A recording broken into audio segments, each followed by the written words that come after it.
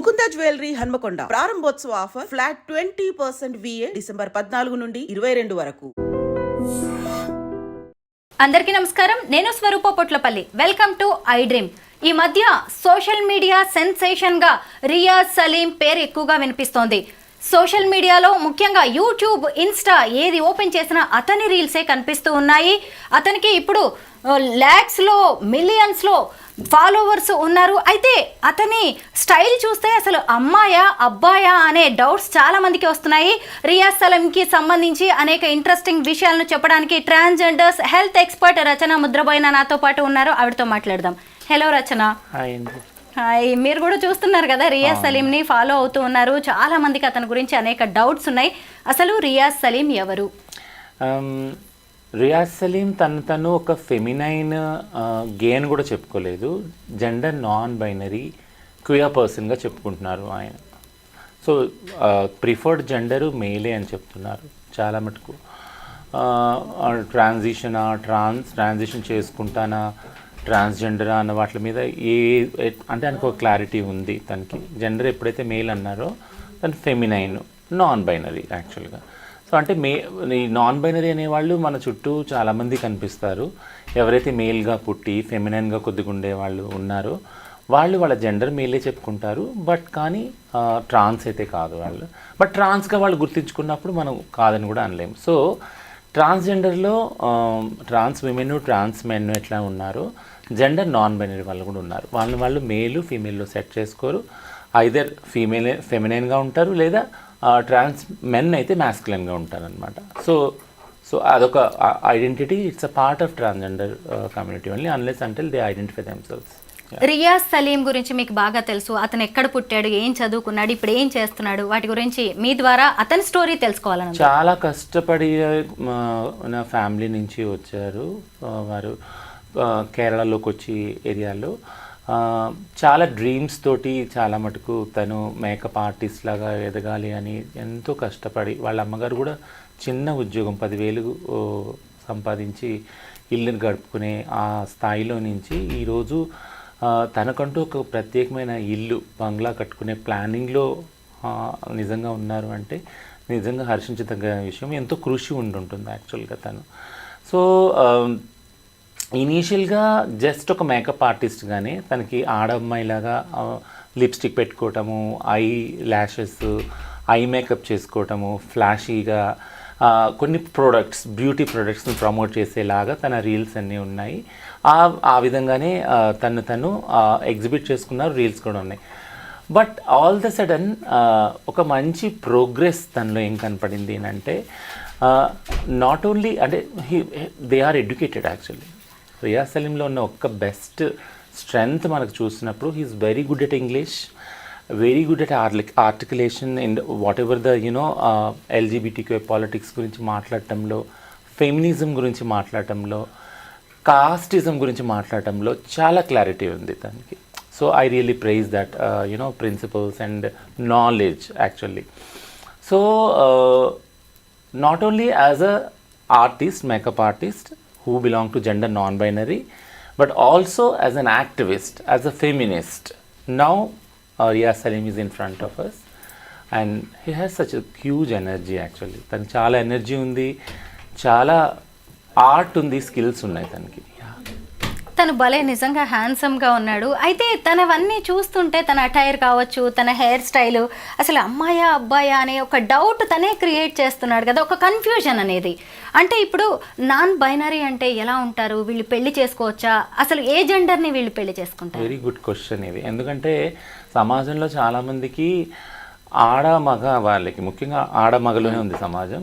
ట్రాన్స్ వాళ్ళంటే కొద్దిగా ఐడియా ఉంది, ఎందుకంటే హిజ్రా సమాజం ఉంది కాబట్టి వీళ్ళు మగవాళ్ళుగా పుడతారు, తర్వాత సర్జరీలు చేయించుకుంటారు, ఇదంతా చాలామంది తెలిసిన విషయం.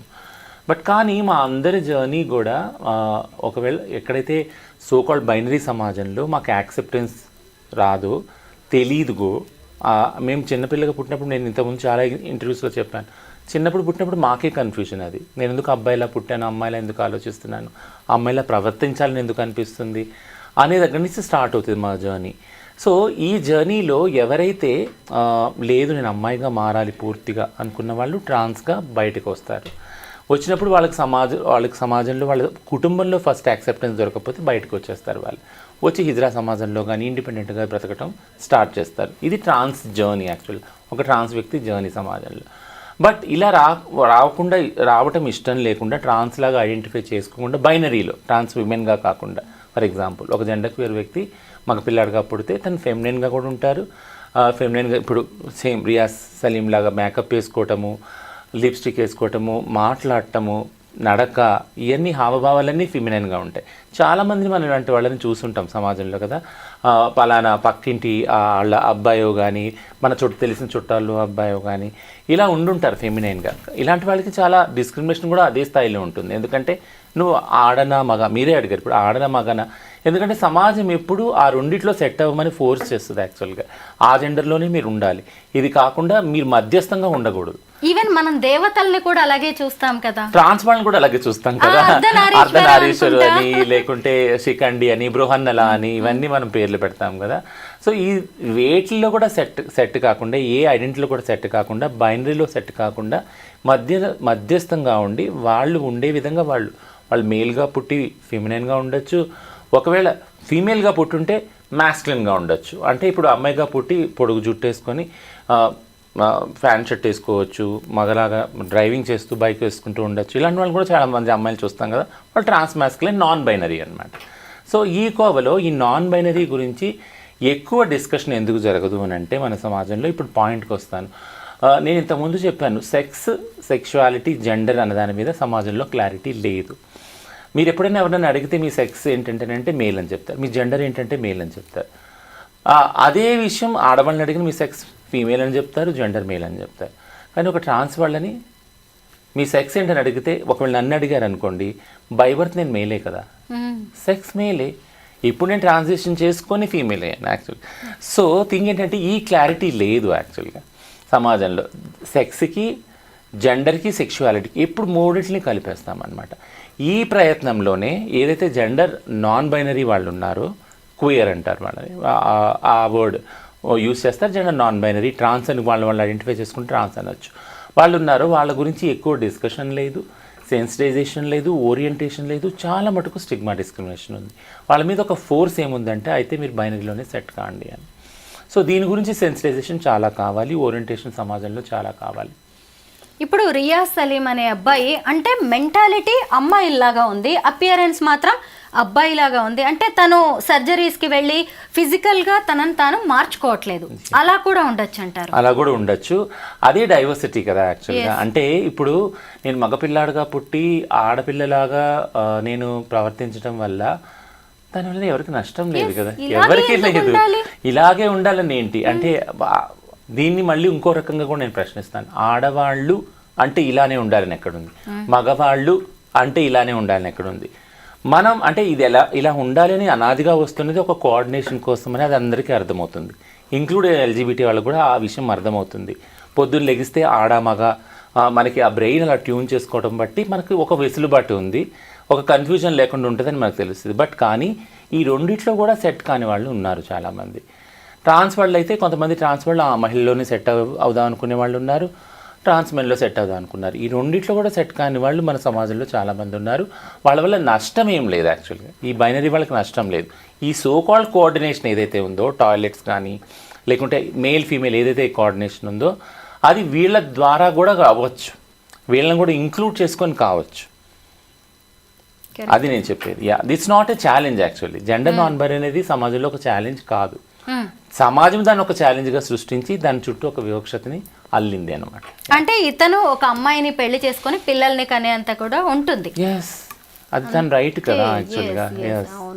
రచన, ఇప్పుడు మీ ఆధార్ కార్డ్ కావచ్చు, పాన్ కార్డ్ కావచ్చు, లేదంటే మీ ఇతర సర్టిఫికేట్స్లో జెండర్ ఏముంటుంది, ఫీమేల్ అనే ఉంటుందా? నేను ట్రాన్స్ అనే పెట్టుకున్నాను అన్నిట్లో, ట్రాన్స్జెండర్ అనే ఉంటుంది. అయితే ఫీమేల్ అని మార్చుకోవడానికి చట్టంలో వెసులుబాటు కూడా ఉంది. ఇప్పుడు ఏదైతే transgender person protection of rights act వచ్చిందో అది రూల్స్ ఫామ్ అయ్యేటప్పుడు 2020 ఒక డిస్కషన్ జరిగింది, కన్సల్టేషన్. అప్పుడు ఏమన్నారంటే కొంతమంది ట్రాన్స్జెండర్ వాళ్ళు, మాకు ట్రాన్స్జెండర్ అని వద్దు ఐడెంటిటీ కార్డు, మాకైతే మేల్ అని ఇవ్వండి, ఫీమేల్ అని ఇవ్వండి. ఓకే, నాల్సా జడ్జిమెంట్ కూడా అదే చెప్తుంది కదా. నాల్సా జడ్జిమెంట్ ట్రాన్స్జెండర్ వాళ్ళకి you can identify your self yes a male, female, transgender అని చెప్తుంది. సో ఆ జడ్జిమెంట్ని నీట ఉంచకుండా రూల్స్ కూడా ఉండాలి. ఎందుకంటే రూల్స్ ఒకవేళ దానికి ఎగెనిస్ట్కి వెళ్ళిందంటే ఎనీబడి కెన్ ఛాలెంజ్, ఎలా సుప్రీంకోర్టు ఉత్తర్వులు మీరు పాటించలేరని. సో ఇందులో ఒకటి వెసులుబాటు చేసామంటే ట్రాన్స్జెండర్ సర్టిఫికేట్ మీకు వచ్చాక ఏదైనా ఒక మెడికల్ ప్రొసీజర్ స్టార్ట్ చేసి, అది మెడికల్ కావచ్చు, ఏదైనా ట్రాన్సిషన్ ప్రొసీజర్ కావచ్చు. ఉదాహరణకి లేజర్ ట్రీట్మెంట్ కానీ, హార్మోన్ థెరపీ కానీ, అట్లీస్ట్ ఒక కౌన్సిలింగ్ సెషన్ కానీ ట్రాన్స్జెండర్ వాళ్ళు తీసుకుంటే వాళ్ళు ఆ డాక్టర్ తోటి ఒక సర్టిఫికేట్ తీసుకొని ఆ వెబ్సైట్లో అప్లోడ్ చేసినప్పుడు వాళ్ళకి మేల్ ఫీమేల్గా సర్టిఫికేట్స్ వస్తాయి. ఎల్జీబీటీక్యూ ఈ కమ్యూనిటీ గురించి కూడా జనాల్లో చాలా గందరగోళం అనేది ఉంది. వీళ్ళు ఎవరెవరు ఎలా ఉంటారో చెప్పగలరా? So LGBTQ is self flexible. L అంటే లెస్బియన్, జీ అంటే గే, బి అంటే బైసెక్షువల్, టీ అంటే ట్రాన్స్జెండర్ వాళ్ళు, ఐ అంటే ఇంటర్సెక్స్ వాళ్ళు, ఏ అంటే అసెక్షువల్. యాక్చువల్గా అబ్రివేషన్ వరకు ఓకే, ఎవరెవరు ఎలా ఉంటారు? సో ప్లస్ అనేది ఇంకా వేరే వేరే ఐడెంటిటీస్ ఉన్నాయి. చాలా పెద్ద ఐడెంటిటీస్ యాక్చువల్గా. ఎందుకంటే చాలా డిఫరెన్స్ ఉంది. ఎందుకంటే ఇప్పుడు హిజ్రా అనేది కూడా ఒక ఐడెంటిటీ, కిన్నర్ అనేది ఒక ఐడెంటిటీ, నూపి మాన్వి అనేది నార్త్ ఈస్ట్లో ట్రాన్స్ వాళ్ళ ఐడెంటిటీ, తిరునంగై అనేది సౌత్ వాళ్ళు తమిళనాడులో ఒక ఐడెంటిటీ. సో ప్రాంతాన్ని బట్టి కూడా ఐడెంటిటీస్ ఉన్నాయి అనమాట ఎల్జీబీటీక్యూఐలో. అందుకని ప్లస్ అనే దాన్ని వాడారు. ఇక విషయానికి వస్తే ఎవరు లెస్బియన్, ఎవరు గే, ఎవరు బైసెక్షువల్ అంటే ఇది సెక్షువల్ ఐడెంటిటీ. సెక్షువాలిటీ అంటే సెక్షువల్ అట్రాక్షన్ ఏదైతే ఉందో, ఒక మహిళ రెండో మహిళ పట్ల సెక్షువల్గా అట్రాక్ట్ అయినప్పుడు దీన్ని సెక్షువల్ అట్రాక్షన్ అంటున్నారు. బట్ మేము లవ్ అని అంటాం. అది యాక్చువల్గా ప్రేమలో పడినప్పుడు, ప్రేమించినప్పుడు, ప్రేమతో ఇద్దరు ఒకటైనప్పుడు వాళ్ళని లెస్బియన్ అంటున్నాం. అలానే ఒక పురుషుడు ఇంకొక పురుషుని ప్రేమించినప్పుడు, సెక్షువల్గా అట్రాక్షన్ ఉన్నప్పుడు వాళ్ళిద్దరి మధ్య గే అంటున్నాం. అదే ఒక మహిళ కానీ పురుషుడు కానీ ఇద్దరి పట్ల ఆకర్షితమైనప్పుడు వాళ్ళని బైసెక్షువల్ అంటున్నాం. ఇది ఒక సెక్షువల్ ఐడెంటిటీ యాక్చువల్గా. ట్రాన్స్జెండర్ అనేది జెండర్ ఐడెంటిటీ. సో దీనిలో ముఖ్యంగా సమాజం నిర్ణయించిన రోల్స్ వస్తాయన్నమాట. మగ ఆడ రోల్స్ ఉన్నాయి సమాజంలో. ఇవి కాకుండా మిగిలిన వాళ్ళు ఎవరైతే ఉన్నారో వాళ్ళందరూ ట్రాన్సే. అంటే ఒక ట్రాన్స్ విమెనే కాదు, ట్రాన్స్ మెన్నే కాదు, మిగిలిన వాళ్ళు నేను ఇప్పుడు చెప్పిన ఈ జెండర్ నాన్ బైనరీ వాళ్ళు కూడా రావచ్చు అందులో యాక్చువల్గా. సో ఏదైతే జెండర్ ఉందో అది సమాజం క్రియేట్ చేసింది. సెక్స్ ఏదైతే ఉందో పుట్టుకతో వచ్చింది. సెక్షువాలిటీ అనేది మనిషి మధ్య ఆకర్షణ. So this is the very clear. నేను ఈ మధ్య కాలంలో కొన్ని పెళ్ళిళ్ళు చూశాను. లెస్బియన్స్ పెళ్ళిళ్ళు చేసుకుంటున్నారు, అంటే ఇద్దరు అమ్మాయిలు పెళ్ళిళ్ళు చేసుకుంటున్నారు. గేస్ పెళ్లి చేసుకుంటున్నారు, అంటే ఇద్దరు అబ్బాయిలు పెళ్లి చేసుకుంటున్నారు. అక్కడ నెక్స్ట్ జనరేషన్ అనే ప్రసక్తే లేదు. అయినా పెళ్ళి అనేది ఎందుకు అనివార్యం అవుతుంది? ఎందుకు వీళ్ళు పెళ్ళి అనేది చేసుకొని కలిసి ఉండాలనుకుంటున్నారు? సో పెళ్ళి అనేది ఇప్పుడు మనం చూసాం కదా, అంటే ఒక మనిషికి ఒక మనిషి తోడు అనే దాని మీదనే ఒక ఫ్యామిలీ వ్యవస్థ కూడా నిర్మితమైంది. కుటుంబ వ్యవస్థ అనేది ఒక మనిషికి ఒక ఆడవ్యక్తి, ఒక మగ వ్యక్తి, ఒక మగ వ్యక్తికి ఆడవ్యక్తి కావాలనే దాని మీద కుటుంబ వ్యవస్థ నిర్ణయించబడింది. బట్ కుటుంబ వ్యవస్థ చుట్టూ ఒకవేళ పిల్లలు పంటారు వాళ్ళని, కొంతమంది పిల్లలు కనలేని వాళ్ళు కూడా ఉన్నారు, పుట్టిన వాళ్ళు కూడా ఉన్నారు. అలా అనేది కుటుంబం కాదని మనం అనలేము కదా. పిల్లలు పుట్టిన వాళ్ళు ఎవరైతే మ్యారేజ్ చేసుకుని ఉన్నారో మొగుడు పిల్లలు, ఒకవేళ వాళ్ళకి పిల్లలు పుట్టలేదనుకో ఫ్యామిలీ అనకుండా ఉంటామా? ఫ్యామిలీ అంటాం వాళ్ళని కూడా. వాళ్ళకి కొన్ని కారణాల వల్ల పిల్లలు కలగలేదు. అది ఏదన్నా కావచ్చు, ఏ మెడికల్ కారణాల వల్ల కావచ్చు, వాళ్ళు వద్దనుకోవచ్చు, వాళ్ళంతటా వాళ్ళు పిల్లల్ని కొన్ని రోజుల తర్వాత అనుకోవచ్చు. పిల్లలు పుట్టడం అయితేనే, పిల్లలు పుడితేనే వాళ్ళ ఫ్యామిలీ అని మాత్రం అనలేము కదా. అదొకటి. రెండోది ఏంటంటే పిల్లలు కనడానికే పెళ్లి చేసుకోవట్లేదు అందరూ. ఇది మళ్ళీ చెప్తున్నాను ప్రతి ఇంటర్వ్యూలో. ఎందుకంటే reproduction is not the ultimate goal for the family or the marriage institution. ఒక మనిషికి ఇంకో మనిషి ప్రేమతోటి, సపోర్ట్ తోటి ఉండడానికి అయ్యే ఒప్పందం మ్యారేజ్. ఓకేనా? అది అరేంజ్డ్ రిలేషన్షిప్ అన్నా కావచ్చు, లివింగ్ రిలేషన్షిప్ అన్నా కావచ్చు. ఒక వ్యక్తి ఒక వ్యక్తికి సపోర్ట్గా నిలబడేది ఆ వ్యవస్థ యాక్చువల్గా. దాని చుట్టూ కల్చరల్ పరంగా మనం అల్లింది ఏంటంటే, ఒక అబ్బాయి ఒక అమ్మాయి కలిసి ఉండాలి అంటే పెళ్లి చేసుకుంటే, వాళ్ళు ఒకవేళ విడిపోదలుచుకుంటే, వాళ్ళ మధ్య ఉన్న గొడవలు అయితే అలాంటి గొడవల్ని డీల్ చేయడానికి మనం కొన్ని చట్టాలని, కొన్ని కల్చర్ని మనం దాని చుట్టూ ఫ్రేమ్ చేసాం. సమాజం అనేది ఫ్రేమ్ చేసింది. ఎందుకంటే పెళ్ళి అనే ఒక ఇన్స్టిట్యూషన్ని కాపాడటానికి, ప్రొటెక్ట్ చేయడానికి. ఎప్పుడంటే అప్పుడు ఇద్దరు వ్యక్తుల దగ్గరకు వచ్చి, ఇప్పుడు ఆడ మగ పెళ్లి చేసుకున్నప్పుడు ఖచ్చితంగా పిల్లలు పుడతారు. వాళ్ళు ఇష్టం వచ్చినప్పుడు వెళ్ళిపోయారనుకో, విడిపోయారనుకో, ఆ పిల్లల భవిష్యత్తు ఏమవుతుంది కదా.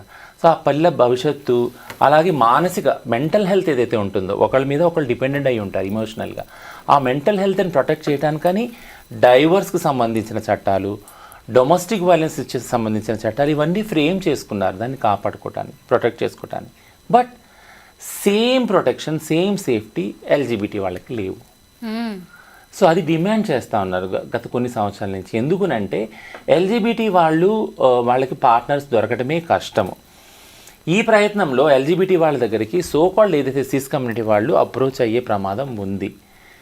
అయ్యి వాళ్ళతో రిలేషన్షిప్లో ఉండి ఆ డొమెస్టిక్ వైలెన్స్, ఆ పార్ట్నర్ వైలెన్స్ కొన్ని రోజులు ఉండి వాళ్ళు ఒకవేళ వెళ్ళిపోతున్నారు అనుకో, సో దీనికి ఆ అడ్డుకట్ట ఆనకట్ట ఎక్కడుంది యాక్చువల్గా. అందుకని మ్యారేజ్ రేట్స్ చాలా అడుగుతున్నారు. ఎందుకంటే ఇది ఒక ఇమోషనల్ డ్రౌనింగ్ ఉంది ఇక్కడ ఇందులో. అంటే చాలా మెంటల్ హెల్త్కి సంబంధించిన విషయాలు చాలా ఉన్నాయి, సూసైడల్ అయ్యే ఛాన్సెస్ చాలా ఉన్నాయి. సో అందుకని ఇక్కడ ఎల్జీబీటీ రిలేషన్షిప్స్ని ప్రొటెక్ట్ చేయడానికి మ్యారేజ్ అనే దాన్ని డిమాండ్ చేస్తూ ఉన్నారు. మ్యారేజ్ అనేది ఎందుకు అన్నది మీ ప్రశ్న. యాక్చువల్గా దానికి వస్తాను. యాక్చువల్గా ఎలా అయితే ఫస్ట్లో చెప్పానో ఒక వ్యక్తి సపోర్ట్ చాలా అవసరమని ఇమోషనల్గా ఉండటానికి. మనం అందరం జంతువులమే యాక్చువల్గా. జంతువులు అంటే మన చుట్టూ ఒక నాగరికతని అల్లుకున్నాం మనం కదా. సివిలైజేషన్ అనేది ఒక నాగరికత, ఒక భార్య, ఒక భర్త, పిల్లలు, ఫ్యామిలీ, ఇల్లు, అమ్మమ్మ, తాతయ్య, ఇదంతా ఒక నాగరికత మనం నేర్చుకున్నాం, అల్లుకున్నాం మన చుట్టూ మనం. అదంతా నాగరికత కూడా బైనరీలోనే ఉంది యాక్చువల్గా. ఆ బైనరీ నుంచి బయటకు వచ్చిన వాళ్ళు ఎల్జీబీటీ వాళ్ళు. ఆ బైనరీ ఏదైతే ఉందో వ్యవస్థ, అందులో నుంచి బయటకు వచ్చి జీవిస్తున్న వాళ్ళు ఒంటరిగా జీవించాల్సి వస్తుంది. సో ఒంటరిగా జీవించే తత్వము ఏ జీవికి కూడా లేదు. Every living being is a community being at the end of the day. మీరు అడవిలో చూసుంటారు కదా, జీబ్రాలన్నీ ఒక చోట, పులులన్నీ ఒక చోట, ఏనుగులన్నీ ఒక చోట గుంపుగా ఉంటాయి. సో మనం ఏం వాటికి వేరు కాదు కదా. అంటే ఇప్పుడు మనం బట్టలు వేసుకొని నాగరికత నేర్చుకున్న మనుషులు అయ్యాం, బట్ మనం కూడా అలాంటి కమ్యూనిటీ జీవాలమే కదా. సో కాబట్టి ఒక కమ్యూనిటీ అనేది ఎల్జీబీటీలో లేదు. ఎవరికి వాళ్ళు విడిగా వాళ్ళ తల్లిదండ్రులను వదిలిపెట్టి జీవించే మనుషులు, ఏకంగా సింగిల్గా జీవించే మనుషులు. సో వాళ్ళంతటా వాళ్ళు ఒక కమ్యూనిటీ ఏర్పరచుకోవాలి. ఎందుకంటే ప్రతి ఒక్క జీవికి ఒక కమ్యూనిటీ అవసరం. అందుకని ఈ మ్యారేజెస్ అనేది, లివింగ్ రిలేషన్షిప్ అనేది ఎల్జీబీటీలో చాలా ముఖ్యం అన్నమాట. ఈ లెస్బియన్, గే మ్యారేజెస్కి లీగల్ అప్రూవల్ ఉంటుందా? లేదు. హిందూ మ్యారేజ్ చట్టం ప్రకారం ఒక జడ్జిమెంట్ ఉంది మెడ్రాస్ హైకోర్టుది. ఒకవేళ హిందూ రిచువల్స్ ఫాలో అయ్యి చేసుకుంటే కనుక ఆ వధువు ఎవరైతే ఉన్నారో ఆమె హిందూ వధువుగానే పరిగణించబడుతుంది, ఆ పెళ్లిగా పరిగణించబడుతుంది. సో ఒక గుళ్ళో దండలు మార్చుకొని పురోహితుల మధ్య మంత్రతంత్రాలతో ఏదైతే జరుగుతాయో పెళ్ళిలో అది కూడా. బట్ క్రిస్టియన్ ప్రకారం కానీ లేదా ఇస్లాం ప్రకారం కానీ అది ఇప్పుడు వచ్చి యాక్సెప్ట్ అయితే లేదు. చాలామంది ఆర్య సమాజ్లో చేసుకుంటారు, అక్కడ సర్టిఫికేట్ కూడా దొరుకుతుంది. బట్ దాని లీగల్ వ్యాలిడిటీ కూడా ఇంకా క్వశ్చనింగ్. ఎందుకంటే ఇప్పుడు ఆర్య సమాజ్ ఇచ్చే మ్యారేజ్ సర్టిఫికేట్లనే ఒక క్వశ్చన్ మార్క్లో గవర్నమెంట్ పడేసింది యాక్చువల్గా. అయితే ఇలాంటి వాళ్ళు పిల్లలు కావాలి, మాకంటూ ఒకళ్ళు ఉండాలి అనుకున్నప్పుడు సరోగసీకి కానీ లేదంటే అడాప్షన్కి వెళ్ళే ఛాన్సెస్ ఉంటాయి? లేదు, ఆ రైట్స్ కూడా లేవు. సరోగసీ చట్టం పెట్టేటప్పుడు కూడా మేము చాలా కన్సల్టేషన్స్ చేశాము. సరోగసీ దానిలో ఎల్జీబీటీ వాళ్ళని ఇంక్లూడ్ చేయండి అని కూడా చెప్పడం చేశాము. బట్ ఎథికల్గా వాళ్ళు చాలా క్వశ్చన్స్ రైజ్ చేశారు. ఏంటి అని అంటే మామూలుగానే మేల్ ఫీమేల్ రిలేషన్షిప్స్లో ఆడవారికి సింగిల్ ఉమెన్ ఉన్నప్పుడు ఖచ్చితంగా వాళ్ళు టేక్ కేర్ చేయగలిగితే పిల్లల్ని వాళ్ళకి ఇస్తాం, ఎందుకంటే తల్లులు కాబట్టి. ఎవరైతే తల్లులు లేని పిల్లలు ఉన్నారో వాళ్ళకి ఇస్తాం, కానీ తండ్రికి సింగిల్గా ఉన్న వాళ్ళకి ఇయ్యరు. సో అక్కడ కూడా రూల్స్ చాలా స్ట్రిక్ట్గానే ఉన్నాయి. అదొకటి. ఇంకో ఫైనాన్షియల్ బేస్ ఒకటి, అంటే కన్సిస్టెంట్గా ఆ పిల్ల ఎవరైతే ఉన్నారో, పిల్లలు అనాథ అయి ఉన్నారు, తల్లిదండ్రులు లేని వాళ్ళు ఒకవేళ మీరు పెంపకాన్ని తీసుకుంటే వాళ్ళ విద్యాభ్యాసం కానీ, వాళ్ళ రోజువారీ జీవనం కానీ, జీవన స్టాండర్డ్స్ కానీ అవన్నీ వాళ్ళు మంచిగా తీసుకెళ్లేటట్టు వాళ్ళ ఇన్కమ్ లెవెల్స్ ఉంటేనే అదంతా ఫైనాన్షియల్ స్టెబిలిటీ చూసి ఇచ్చే ఒక ప్రొసీజర్ ఉంది యాక్చువల్ అడాప్షన్లో. సో సరగసీకి మాట్లాడుకున్నప్పుడు ఈ సరగసీలో చాలా మటుకు గే వాళ్ళు వాళ్ళకి పుట్టే పిల్లలకి సంబంధించిన ఏదైతే ఉన్నాయో అది ఎవరికి కనాలి, ఎలా కనాలి, దానికి ఒకవేళ దానికి ఆ పుట్టిన పిల్లల్ని వాళ్ళకి ఒక మంచి ఫ్యూచర్ ఇవ్వగలుగుతారా కదా. ఇప్పుడు ఇప్పుడు చాలామంది ట్రాన్స్జెండర్ వాళ్ళు పెంచుకుంటున్నారు చాలా కొన్ని కాలాలుగా. పలానా వ్యక్తి ట్రాన్స్జెండర్ వాళ్ళ కొడుకు కూతురు అనేది ఒక వివక్షత మళ్ళీ వాళ్ళకి అంటుకుంటుంది. గే వాళ్ళైనా అంతే, లెస్బియన్ వాళ్ళు అంతే. ఒకవేళ మన స్కూల్ సిస్టమ్స్లో, అడ్మినిస్ట్రేషన్ సిస్టమ్స్లో తండ్రి కానీ తల్లి కానీ వచ్చి సంతకం పెట్టాలి, ఖచ్చితంగా వాటిని డిక్లేర్ చేయాలి డాక్యుమెంట్స్లో. ఇదంతా ప్రొసీజర్స్ చాలా కష్టతరంగా ఉన్నాయి కదా. వీటిలన్నింటినీ ఒక ఛాలెంజ్గా వస్తుంది ఎల్జీబీటీ వాళ్ళకి. సరోగసీ కానీ లేక అడాప్షన్ కానీ రైట్స్ వస్తే చాలా ప్రాబ్లమ్స్ వస్తాయని అప్పుడు డిస్కషన్ అయ్యి దాన్ని పక్కన పెట్టడం జరిగింది. సో సరోగసీ రైట్స్ ఇప్పుడు కూడా లేవు. ఎవరికి లేవు, గేస్ కి కానీ లెస్బియన్స్ కి ఎవరికి ఉండవు. పిల్లల్ని దత్తత తీసుకోవడం విషయంలో అదే ఆ దత్తత విషయం ఏది లేదు, దత్తత విషయం లేదు, సరోగసి కూడా లేదు. ఈ మధ్య కాలంలో ట్రాఫిక్ కానిస్టేబుల్స్, ట్రాఫిక్ అసిస్టెంట్స్గా కొంతమందిని ట్రాన్స్జెండర్స్ని తీసుకున్నారు కదా, 44 మెంబర్స్ని. మీ ఫ్రెండ్ వాళ్ళకి సంబంధించిన వాళ్ళందరూ, జాస్మిన్. అయితే ఇప్పుడు వాళ్ళని ట్రాఫిక్ వాలంటీర్స్గా తీసుకోవడం మీద కూడా చాలా నెగిటివ్ కామెంట్స్ వస్తున్నాయి. ఎందుకంటే ఇప్పటికే చాలామంది వెళ్ళిపోయి కలెక్షన్స్ చేస్తున్నారు, ఎక్కడ చూసినా రోడ్ల మీద ఎక్కువగా ట్రాన్స్జెండర్స్ వీళ్ళే కనిపిస్తున్నారు. మళ్ళీ వీళ్ళని ఇలాగ గవర్నమెంట్లోకి తీసుకొచ్చేసి వీళ్ళకి ఇంకా ఎక్కువ పవర్స్ ఇవ్వడమే అని కూడా కొన్ని విమర్శలు వచ్చాయి. దానికి మీరు ఏం సమాధానం చెప్తారు? అంటే మేము ఇచ్చినప్పుడు మేము 2 విషయాలు మేము అనుకున్నాం. ఏంటంటే ఆల్రెడీ ఇంతకుముందు అనుకున్న చాలా క్రైమ్ ట్రాన్స్జెండర్ కమ్యూనిటీ మీద ఉంది. రోజువారీ హింస జరుగుతుంది, వాళ్ళని రౌడీలు కొట్టడము, రక్తసిక్తం చేయటము. నిన్న కూడా ఒకటి జరిగింది. మేమేమనుకున్నామంటే ఇప్పుడు ఒకవేళ ట్రాఫిక్ వాలంటీర్గా వెళ్తే పోలీస్ డిపార్ట్మెంట్తో సన్నిహితంగా పనిచేస్తే ఖచ్చితంగా డిపార్ట్మెంట్ లైన్స్లో వాళ్ళకి ఒక ప్రొటెక్షన్ దొరుకుతుంది అని మేము అనుకున్నాం యాక్చువల్గా. సో అది కూడా ఒక మంచి జరుగుతుంది మన వాళ్ళకి. ఒకటి లైవ్లీహుడ్, ఎంప్లాయ్మెంట్ దొరుకుతుంది, రెండోది ఈ ప్రొటెక్షన్ కూడా దొరుకుతుంది అనుకున్నాం. ఇంకా మొదలకుండా భిక్షాటనలో అంటే మనకి ప్రస్తుతం వచ్చింది 44 మందికి ఉద్యోగాలు. అది కూడా 6 months వరకు పైలట్ ప్రాజెక్ట్ యాక్చువల్గా. అందులో 21 మంది ట్రాన్స్మెన్ ఉన్నారు, 23 మంది ట్రాన్స్ విమెన్ ఉన్నారు. సో వాళ్ళ కోసం కొన్ని రోస్టర్ పాయింట్స్ మళ్ళీ తక్కువ చేయడం కూడా జరిగింది. దాని ప్రకారం సెలెక్షన్ చేయడం కూడా జరిగింది. ఇది కన్నా సక్సెస్ అయితే ఒక ప్రాపర్ నోటిఫికేషనే వెళ్తుంది గవర్నమెంట్ నుంచి, వేరే వేరే డిస్ట్రిక్ట్స్లో నుంచి కూడా తీసుకొని ప్రాపర్ ఎగ్జామ్స్ కానీ టెస్ట్లు కానీ తీసుకుంటారు. I think it will be successful. ఎందుకంటే ఈ సో కాల్డ్ పైలట్ ప్రాజెక్ట్కే చాలామంది వచ్చారు యాక్చువల్గా. 50 మంది అన్నప్పుడు 100 మంది దాకా అక్కడ అడగడం జరిగింది. అందులోంచి కరెక్ట్ ఎవరైతే సూటబుల్ ఉన్నారో వాళ్ళని సెలెక్ట్ చేయడం జరిగింది. బట్ భిక్షాటన అనే దానిలో మార్పు నేను అంటున్నాను కదా, ఈ ఒక్క 50 లేదా 44 మంది ఉద్యోగం రావటం వల్ల మొత్తం కమ్యూనిటీ చేంజ్ అవుతుంది అనుకోవటం చాలా, అంటే it's over expectation and over simplification actually కదా. ఎందుకంటే ఉద్యోగాల్లో 1% హారిజాంటల్ రిజర్వేషన్ అడిగాము మేము యాక్చువల్గా. అంటే ప్రతి ఒక్క పబ్లిక్ సర్వీస్ దానిలో, తెలంగాణ పబ్లిక్ సర్వీస్ దానిలో ప్రతి ఒక్క పోస్ట్లో కూడా హారిజాంటల్లో 1% అడిగాం. ఆ విధంగా చూసుకున్నట్టయితే మాలో చాలామంది గ్రాడ్యుయేషన్ కంప్లీట్ చేసిన వాళ్ళు చాలామంది ఉన్నారు, పోస్ట్ గ్రాడ్యుయేషన్ చేసిన వాళ్ళు చాలామంది ఉన్నారు.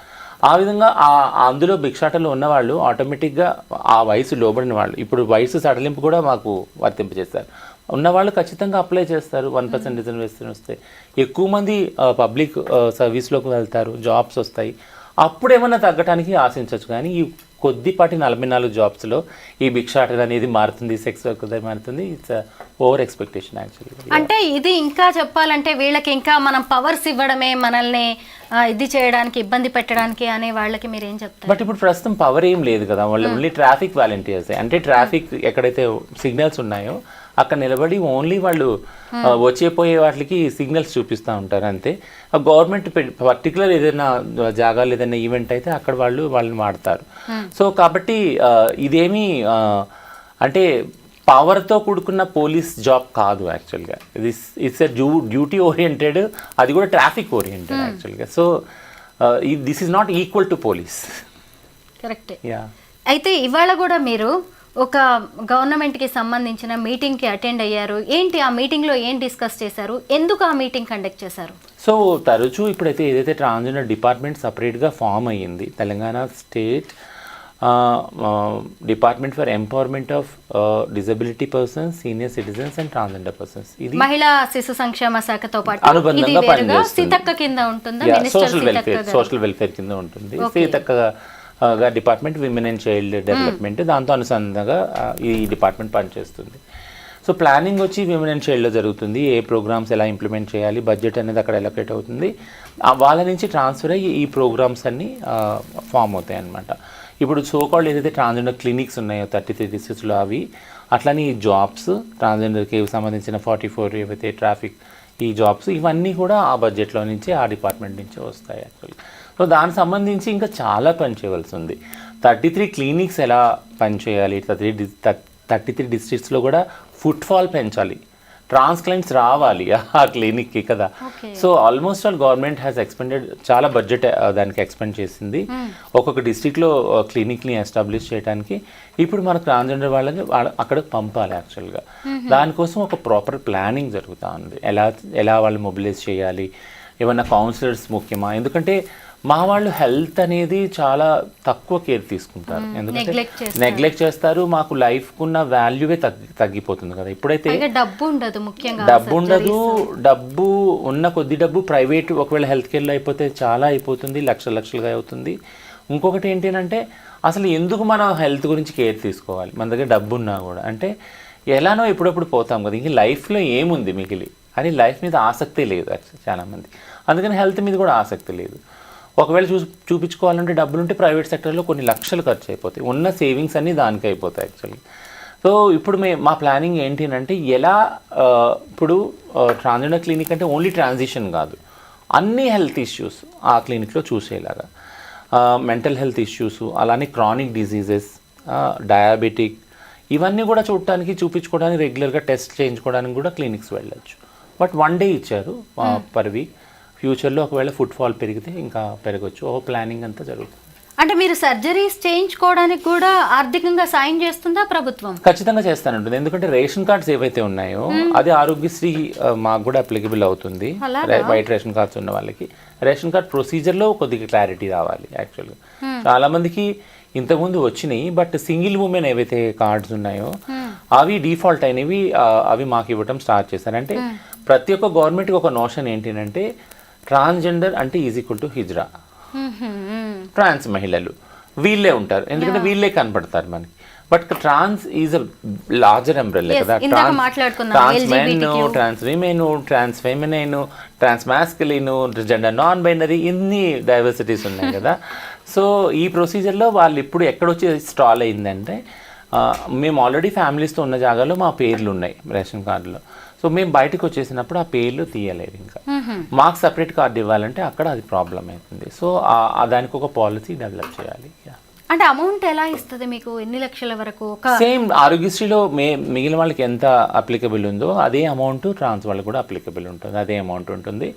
మాకు ఒకవేళ సర్జరీస్ లిస్ట్ ఇచ్చింది గవర్నమెంట్, ఉస్మానియాలోనే జరుగుతాయి సర్జరీస్, అంతటా జరగవు. ఒక ప్రొసీజర్స్ కూడా లే డౌన్ చేసింది. అంటే సైకలాజికల్ అసెస్మెంట్ ఇవన్నీ జరిగినాక ఒకవేళ తెల్ల రేషన్ కార్డు ఉంటే దాన్ని లింక్ చేసుకుని ఆరోగ్యశ్రీ అప్పుడు వస్తుంది. It's not a small procedure, it's a big procedure. దానికి standard operative procedures, guide lines కూడా ఫ్రేమ్ చేస్తుంది. మన ప్రభుత్వం దగ్గరే ఇంత ఉన్నప్పుడు మళ్ళీ చాలా మంది ట్రాన్స్జెండర్స్ ఎందుకు ఢిల్లీ, ముంబై వరకు వెళ్ళి సర్జరీస్ చేయించుకుంటున్నారు? మంచి క్వశ్చన్ ఇది. అంటే ఇది గవర్నమెంట్ కూడా అడిగారు యాక్చువల్గా, మన దగ్గర కూడా బయట చేయించుకుంటున్నారు. అది థింగ్ ఏంటంటే జెండర్ డిస్ఫోరియా అనేది అలా ఉంది యాక్చువల్లీ. ఎవరికన్నా కానీ సర్జరీస్ చేసుకోవాలి అసలు ఎందుకు అవసరం అని ఆలోచించే వాళ్ళకి ఒకటే ప్రశ్న ఏంటంటే, జెండర్ డిస్ఫోరియా కండిషన్లో ట్రాన్స్ వ్యక్తులు చాలా సూసైడల్ అవుతారు. అందులో ఒక ట్రాన్సిషన్ సర్జరీ ఒకటే కాదు, అంటే మెయిల్ ఏదైతే సెక్స్ మార్చుకునేది, male to female, male to male ఏదైతే ఉందో అది కాకుండా మనం ఇంతకుముందు మాట్లాడుకున్న ఫెమినైజేషన్ ప్రాసెస్. ఫెమినైజేషన్ ప్రాసెస్కి కొన్ని లక్షలు వాళ్ళ సేవింగ్స్ వెళ్ళిపోతాయి యాక్చువల్గా. ఫేషియల్ ఫెమినైజేషను, చిన్ను కానీ, నోస్ కానీ, బంప్స్ కానీ, వాట్ నాట్ యాక్చువల్లీ బాడీ అంతా feminisation is all because of dysphoria. So ఈ డిస్ఫోరియాని డీల్ చేసే మెంటల్ హెల్త్ ఎక్స్పర్ట్స్ లేరు, ముఖ్యంగా కౌన్సిలింగ్ చేసేవాళ్ళు, సైకాలజిస్ట్, సైకాట్రిస్ట్, క్లినికల్ సైకాలజిస్ట్ లేరు మనకి. సో ఇది ఉన్నప్పుడు ఖచ్చితంగా ఈ ఏదైతే సేవింగ్స్ అన్నీ ఈ సర్జరీస్కి వెళ్ళేవి కొద్దిగా తగ్గొచ్చు, మినిమైజ్ అవ్వచ్చు. ఎస్, ఇప్పుడు ఫెమినైజేషన్ అన్నారు కాబట్టి మళ్ళీ అంకిత వచ్చేసింది మన మధ్యలోకి. ఎందుకంటే అంకితని ఖచ్చితంగా మీ కమ్యూనిటీలో మనం ఒక టాప్ ప్లేస్లోనే చూడాలి. ఎందుకంటే తను తన తల్లి దగ్గర నుంచి, కుటుంబం నుంచి బయటకు వచ్చింది, తర్వాత కూడా ఫ్యామిలీ రిలేషన్స్ మెయింటైన్ చేసింది, తల్లి కోసం ₹1,00,00,000 పైగా ఖర్చు పెట్టి ఇల్లు కట్టింది, తర్వాత తనకంటూ ఒక మనిషి ఉండాలని ప్రేమించి ఒక వ్యక్తిని పెళ్లి చేసుకుంది. సరే, భార్యాభర్తలు నార్మల్ వాళ్ళకి కూడా గొడవలు వస్తాయి, విడిపోయారు. దాన్ని కూడా మనం పాజిటివ్ యాంగిల్లోనే మనం చూసాం. ఆ అమ్మాయి కూడా నేను ఇంకా మూవ్ ఆన్ అయిపోవాల్సిందే అని చెప్పి తను కూడా ఎంతో పాజిటివ్ యాటిట్యూడ్తో, మీరు కూడా ఎంతో మంచి అప్రిసియేషన్స్, కాంప్లిమెంట్స్ ఇచ్చారు తనకి. అయితే ఈ ఫెమినైన్ ఫేస్ కోసం తను జా లైన్ సర్జరీ చేయించుకోవడం చాలా ఆశ్చర్యంగా అనిపించింది. ఏంటి అసలు ఫీమేల్గా కనిపించడానికి ఇంత కష్టపడతారా ట్రాన్స్జెండర్స్ అనిపించింది నాకైతే. సో మళ్ళీ రియాజ్ సలీం మీదకి వద్దాం మనం టాపిక్ అంకిత నుంచి. ఎందుకంటున్నాను అంటే మీరు అన్నది కరెక్టే, మనం దాని గురించి చాలా విస్తారంగా మాట్లాడుకున్నాం. బహుశా ఈ కౌన్సిలింగ్ ఫెసిలిటీ లేకపోవడం వల్ల చాలామంది సర్జరీస్కి వెళ్తున్నారేమో, అసలు అక్కడ కౌన్సిలింగ్ అవుతున్నాయో లేదో అన్నది కూడా మనం డీల్ చేసాము. మీరు రియాజ్ సలీం మీదకి ఎందుకు రావాలని నేను అంటున్నానంటే, ముఖ్యంగా చాలామంది నేను ఇంటర్వ్యూకి వచ్చేటప్పుడు కూడా చాలామంది అన్నారు, అంటే రియాజ్ సలీం ఎక్కడో కేరళలో ఫెమినైన్గా ఉన్నాడు, తను ట్రెండింగ్ అవుతున్నారు, బట్ తన గురించి నువ్వేం మాట్లాడతావు రచనమ్మ అని అడిగారు. యాక్చువల్గా యాంకర్ గారు ఎందుకు పిలిచారు, హోస్ట్ గారు పిలిచారు అంటే, ట్రాన్స్ స్పెక్ట్రమ్లో ఎవరైతే ఉన్నారో ఐడెంటిటీస్ వేరే వేరే హిజ్రా కానీ, లేదా ట్రాన్స్ ఉమెన్ కానీ, ట్రాన్స్ మెన్ కానీ, ట్రాన్స్ నాన్ బైనరీ కానీ, వీళ్ళందరి గురించి మనం మాట్లాడుకోవాలి. ఎందుకంటే ప్రతి ఒక్కళ్ళ జర్నీ మనకి ఇంపార్టెంట్. ఇందులో ఉన్న ఐడెంటిటీస్ ముఖ్యంగా పొద్దున మీరు శివశక్తిని తీసుకొచ్చి మాట్లాడదామన్నా మనం మాట్లాడాలి. యాక్చువల్గా వాళ్ళని కూడా ట్రాన్స్గా ఐడెంటిఫై చేసుకునే వాళ్ళు చాలామంది ఉన్నారు కదా, దేవుడు వచ్చే మనుషులు వీళ్ళందరూ. ముఖ్యంగా రియాజ్ సలీం గురించి నేను ఎందుకు అంటున్నాను అంటే, రియాజ్ సలీము చూసినప్పుడు ఎంత పవర్ఫుల్ ఆయన పర్సనాలిటీ చూసినప్పుడు నాకేమనిపిస్తుంది అంటే, ఎడ్యుకేషన్ ఒక మనిషిని ఒక ఒక ఒక మైనారిటీ కమ్యూనిటీ నుంచి రిప్రజెంట్ చేసినా కూడా ఎంత పవర్ఫుల్ పొజిషన్లోకి తీసుకొచ్చి కూర్చోపెడదన్నదాన్ని పెట్టచ్చు అన్నదానికి బెస్ట్ ఎగ్జాంపుల్ రియాజ్ సలీం. యాక్చువల్గా the way he speaks about every topic, not leave the makeup అదంతా పక్కన వదిలిపెట్టండి, బ్యూటీ ప్రోడక్ట్స్ ఇవన్నీ, బ్యూటీ టిప్స్ అవన్నీ కూడా పక్కన పెట్టినాక, as a personality, as an individual ఆయన బిల్డప్ చేసుకున్న ఆయన పర్సెప్షన్స్ అరౌండ్ ఫెమినిజం కానీ, ఆయన ఇంటర్వ్యూస్ చూశాను, ఆయన సెల్ఫ్ రీల్స్ కూడా చాలా చూశాను నేను. అందులో ఫెమినిజం గురించి మాట్లాడేటప్పుడు పేట్రియార్కల్ సెటప్లో విమెన్ని ఎంత సబ్జుడైజ్గా చూస్తారు జెండర్ స్పెక్ట్రంలో, మహిళలు ఎంత వివక్షతకి లోనవుతారు పురుషుల వల్ల, కుల వ్యవస్థలో అలాగే జెండర్ వ్యవస్థలో కూడా, అని చాలా చక్కగా క్లియర్గా వర్ణించి చెప్పాడు. ముఖ్యంగా కేరళ, ఏదైతే కేరళలో మనం అనుకుంటాం మదర్హుడ్, 100% విమెన్ ఎడ్యుకేషన్, ఇవన్నీ మనం అనుకుంటాం.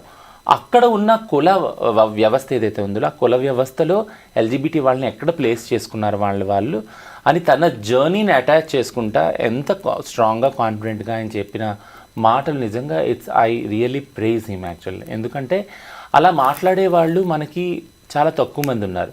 2013లో మధ్యప్రదేశ్లో ఉజ్జయినిలో ప్రియాంశు యాదవ్ అని ఒక 16 ఏళ్ల కుర్రాడు, మీకు తెలిసే ఉంటుంది, మీరు చేసుకుంటూ ఉంటారు దాని మీద ఎపిసోడ్, 10th క్లాస్ చదివే పిల్లాడు సూసైడ్ చేసుకున్నాడు. యాక్చువల్గా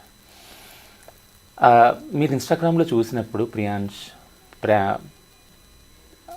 నాకు తలుచుకుంటే నేను చాలా బాధగా అనిపిస్తుంది. ఎందుకంటే సచ్ స్మాల్ ఏజ్లో అంత క్యూట్గా ఉన్న తను 4000 హేట్ కామెంట్స్ ఒక రీల్కి. తను ఒకరోజు దీవాళికి శారీ కట్టుకున్నప్పుడు 4000 హేట్ కామెంట్స్ వచ్చినాయి ఆ రీల్కి.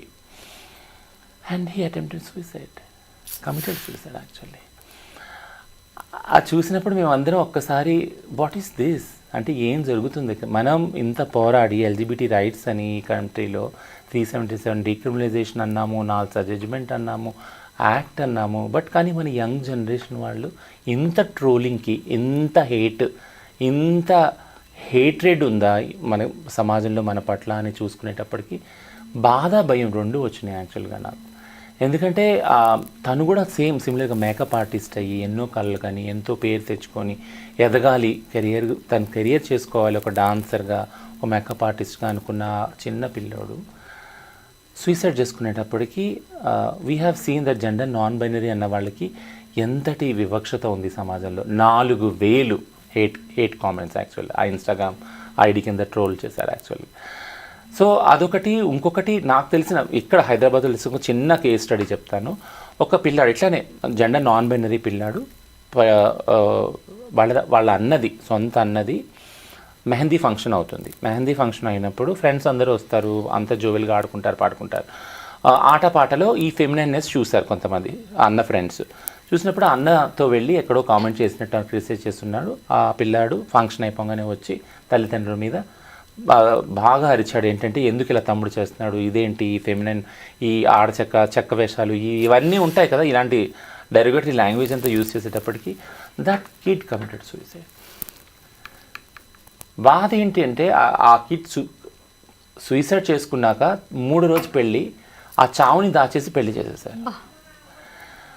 So the violence towards gender non binary is silenced. వాళ్ళు 2 మెసేజ్లు వాళ్ళకి వెళ్ళేది ఏంటంటే better you be in 2 roles. ఉంటే మగపిల్లాడుగా ఉండు, లేకుంటే ఆడపిల్లలాగా ఉండు, లేకుంటే నీకు అసలు ఈ ఫ్యామిలీలోనే చోట్లేదు. ప్రతి ఒక్క ట్రాన్స్ఫర్ నేను అనుకున్నప్పుడు వాళ్ళ జర్నీ అంతా అలాగే స్టార్ట్ అయ్యి ఉంటుంది కదా. ఈవెన్ నా జర్నీ కూడా అట్లానే స్టార్ట్ అయ్యి ఉంటుంది. నేను అంటే కొన్ని పెక్యులర్ కేసెస్లో నేను ఆడపిల్ల అనుకున్నాను, బట్ కొంతమంది మగపిల్లగా పుట్టి మగపిల్లగానే ఉండి ఆడపిల్లగా మేకప్ వేసుకోవటం, జుట్టు పెంచుకోవటం అని చేసుకునేవాళ్ళు. దానివల్ల సమాజానికి ఏం నష్టం లేదు కదా, అది ఒక క్రైమ్ కాదు కదా. దెన్ వై ఇంత హేట్రెడ్ ఈ సమాజంలో?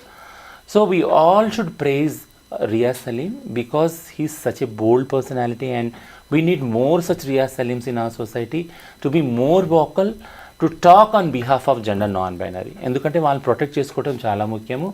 అందులో there can be trans binary also కదా. వాళ్ళకి ఒక ఎనేబులింగ్ ఎన్వైర్న్మెంట్ క్రియేట్ చేసినప్పుడు వాళ్ళు ముందుకు వచ్చి ట్రాన్సిషన్ అవుతారు. ట్రాన్సిషన్ అనేది ఒక ఆప్షన్ మాత్రమే. ప్రతి ఒక్కరు ట్రాన్సిషన్ అయ్యి బైనరీలో సెట్ కావాలని లేదు కదా. యా, అంకితా రాజ్ ఎందుకు ఈ ఫెమినైన్ ఫేస్ కోసం ఇంత కష్టపడుతుంది? బహుశా అయ్యి ఉండొచ్చు. అది మనకి నేను అదే ఇంతకుముందు చెప్పింది ఏంటంటే ఫెమినైజేషన్ అనేది ఒక బర్డెన్గా జెండర్ డిస్ఫోరియాలో ఉంది. అది యాక్చువల్గా ఫెమినైజేషన్ కానీ మ్యాస్కులినేషన్ కానీ. ట్రాన్స్ పురుషుల్లో తీసుకుంటే వాళ్ళు బాడీ బిల్డింగ్ ఇవన్నీ చేస్తారు యాక్చువల్గా. ఏదైతే